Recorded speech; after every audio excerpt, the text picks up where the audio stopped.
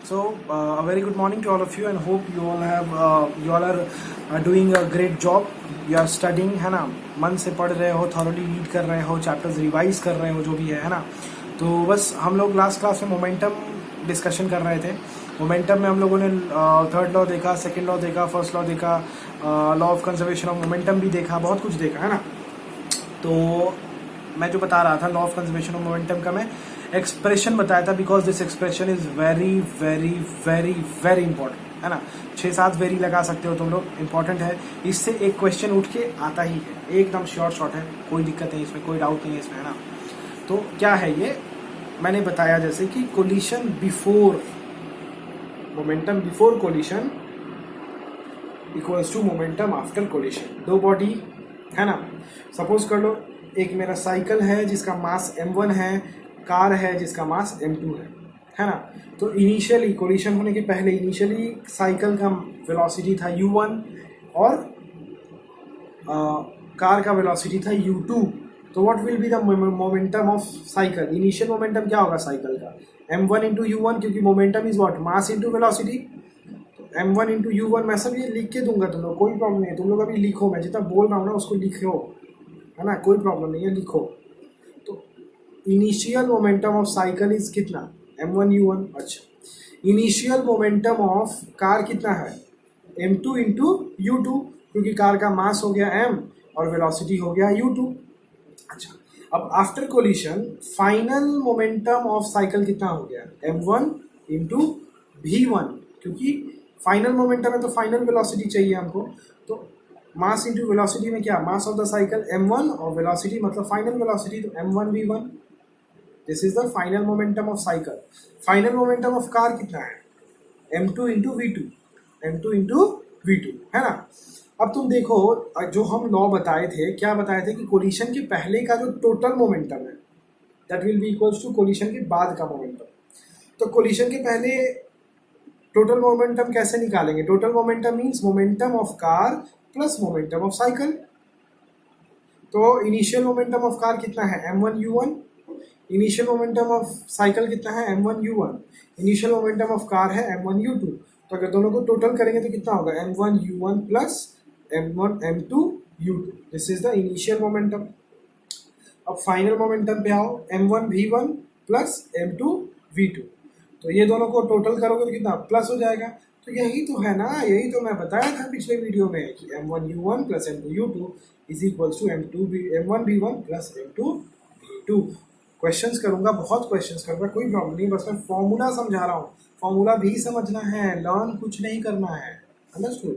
सब कुछ समझना है, कोई प्रॉब्लम नहीं है, अंडरस्टूड. तो तुम लोग एक काम करो, तुम लोग लिख लो, अभी तक जितना लिखे हो अच्छा किए हो, फॉर्मूला लिखे हो, लिख लियो. अब तुम लोग एक चीज़ जो बता रहा हूँ, यही चीज़ को जनरली थोड़ा सा एक्सप्लेन और करके लिखवा रहा हूँ, लिख लो ताकि बेहतर रहेगा. लिखो कि let the mass of the first body be m1. लिखो, let the mass of the first body be m1 and the second body be m2. First body का mass m1 and second body का मास m2, full stop. उसके बाद लिखे तुम लोग कि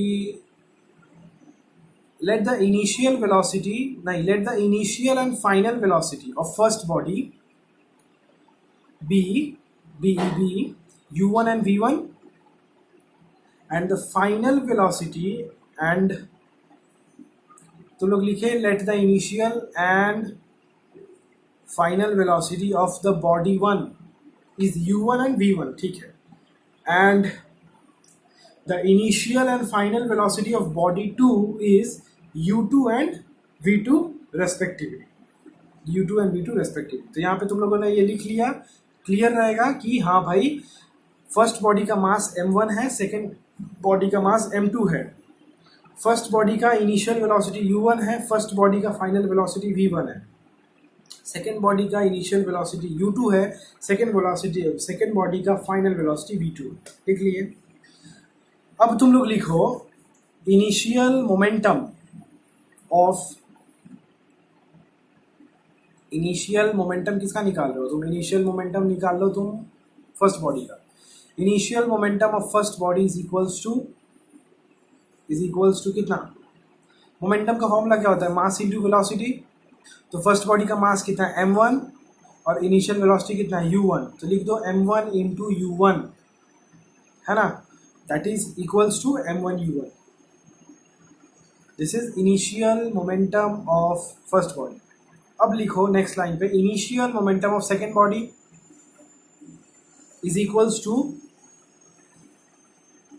m2 into u2, क्योंकि मास इंटू वेलोसिटी, तो मास कितना है m2 और इनिशियल वेलोसिटी कितना है सेकेंड बॉडी का u2, तो m2 into u2 that is equals to m2 u2.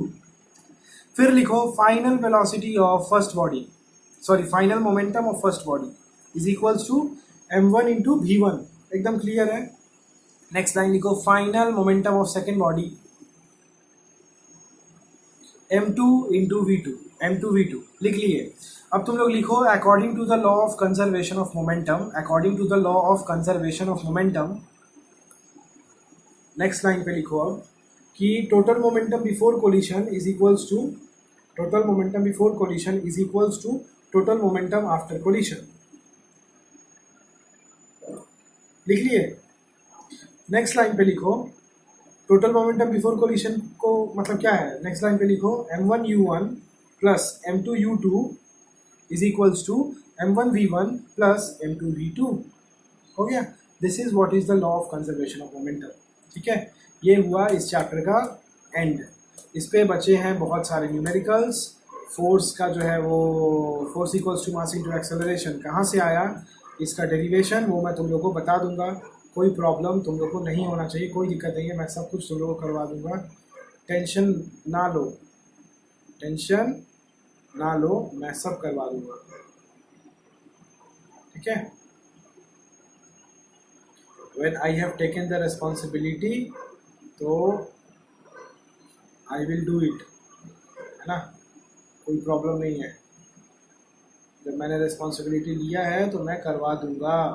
ठीक है, कोई प्रॉब्लम नहीं है, मैं सब भेज दूंगा तुम लोग. ठीक है. तो this is all about this chapter, तो वेरी इंटरेस्टिंग चैप्टर. इस पर मैं बहुत सारे क्वेश्चंस तुम लोग को दूंगा, तुम लोग करना, सॉल्व करना. न्यूमेरिकल्स है, सॉल्व करवाऊंगा नेक्स्ट क्लास में. ठीक है. टिल देन कोई भी दिक्कत है, उम्मीद करते हैं सब क्लियर है. फिर भी कोई दिक्कत है तो मुझे तुम लोग बता सकते हो, कभी भी बता सकते हो. ठीक है. बहुत सारे डाउट्स आ रहे हैं, अच्छी बात है. डाउट्स आएंगे तो मुझे भी लगेगा बच्चा पढ़ रहा है, नहीं तो हमको तो पता ही है बच्चा लोग कितना फाकीबाज होता है ना. तो पढ़ते रहो और हो सके तो शेयर करते रहो अपने दोस्तों से. मेरे बारे में बताओ, जितने लोग हो सके उसको बताओ, क्योंकि तुम लोग घर पे हो, है ना. उम्मीद करता हूँ बताओगे, पॉजिटिव ही कुछ बताओगे, है ना. लोगों को जो है वो मोटिवेट करोगे मेरे पास आने के लिए, है ना, है ना. तो तुम लोग का जैसा एक्सपीरियंस है वही बताना कि सर भाई ऐसे हम लोग तो पहले ऐसे थे, मेरे को ये नहीं याद है. जैसा भी है, जो तुम लोग को लगता है कि सर के अंदर अगर कुछ है अच्छाई, सर की वजह से अगर तुम लोगों के अंदर कुछ अच्छा चेंज आया है तो वो तुम लोग बताओ, है ना. तो अपने फ्रेंड्स को भी लेके आओ, अपने फ्रेंड्स को बताओ, है ना, ताकि तुम्हारे फ्रेंड्स भी जो है हमसे मिल पाएँ, है ना, और उनका भी कुछ भला हो पाए, है ना. यही बात है और कोई बात नहीं है. ठीक है. तो देखो क्या होता है. Till then goodbye, take care and study hard at home. Okay.